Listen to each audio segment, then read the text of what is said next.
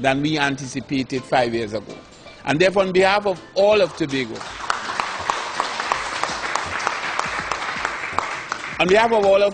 I want to say thank you to Dwayne, not just for proving me right, but for proving himself right and for proving all of Tobago right. And I'm really hoping that a number of Tobagonians will listen to Dwayne, that he had a vision, but more importantly, he was prepared to do the work, overcome the challenges, surmount the frustrations, and keep focus on the goal. And I think there's a lesson there for everybody, whether you're in chocolate or whatever. Once you're in life as a Tobagonian, I think Dwayne has a lot to offer. And finally, people like Dwayne never stop. Because we're having a little discussion, and I thought we were going to talk about cocoa. But the talk had returned to land. And Dwayne has indicated to me two things. That he wants more security of tenure on the land that he have, and then he wants more land. But I am saying that to him who much has been done with what has been given, more will be given. So that, Dwayne, I think the conversation can continue, but it would not have been fair to you, fair to me, and fair to all of Tobago if I did not join your family in saying, Tobago is proud of you.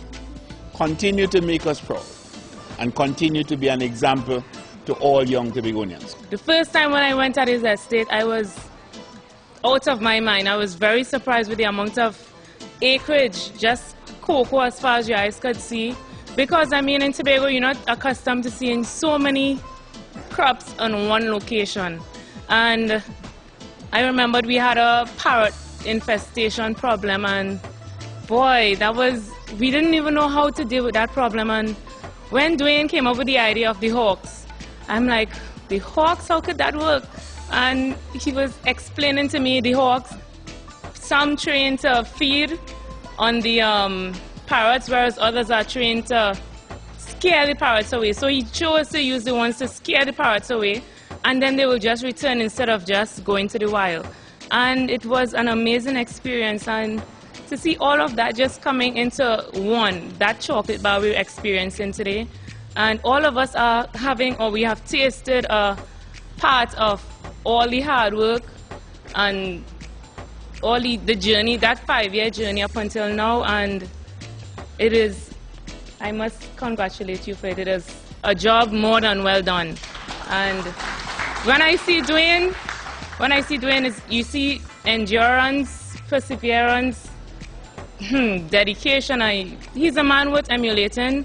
And I, as a young person, do look at him at times, because sometimes when I have started a project, and sometimes it's difficult for me, and when I think about the hard work he put into that whole acreage and how successful he has been, it is nothing compared to what I have started and what I have done. So again, Dwayne, you've done an excellent job, and congratulations again. There's a saying, obstacles are what you see when you remove your sights from the goal. And if there's one man who has blinkers on to his goal, is Dwayne Dove. He is indeed, I clap to him for that. He is one of the most driven men that I have encountered. And in an industry where we have a number of people who would lament on their problems and wring their hands and say, oh gosh, I have this problem, Dwayne is one gentleman who would focus on solutions towards realizing his goal. And I think this really, this is your blood, sweat and tears and cash investment basically that has borne fruit today. And you are a shining example to all the people who just sit down and think and say, well, we should do this or we could do this. You have done it, right? And you are an example of a can-do attitude a person who is solution driven, driven by a goal, a positive goal, and I think you are an example to the industry and to the mentality that we should really have in Trinidad and Tobago. The Ministry of Agriculture, Land and Marine Resources and the Cocoa Research Section, and my staff are here with me, we are proud to be associated with Mr. Dwayne Dove, the owner of Tobago Cocoa Estates, who has exemplified the efforts of good farm managerial skills along with sound technical know-how on the farm. Today is really a dream for every cocoa farmer in the world to bring his cocoa beans to fruition in the form of chocolate. And today, Dwayne must be congratulated for his effort, his vision, his expertise, and the record example that he has set for every cocoa farmer in Trinidad and Tobago.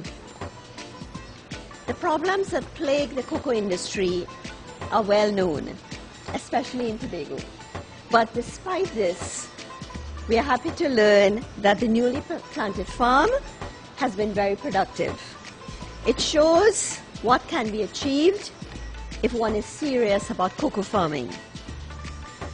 We at the Ministry of Agriculture and the Research Division stand always willing and ready to assist with technical knowledge, skills in cocoa research and agronomy for interested farmers.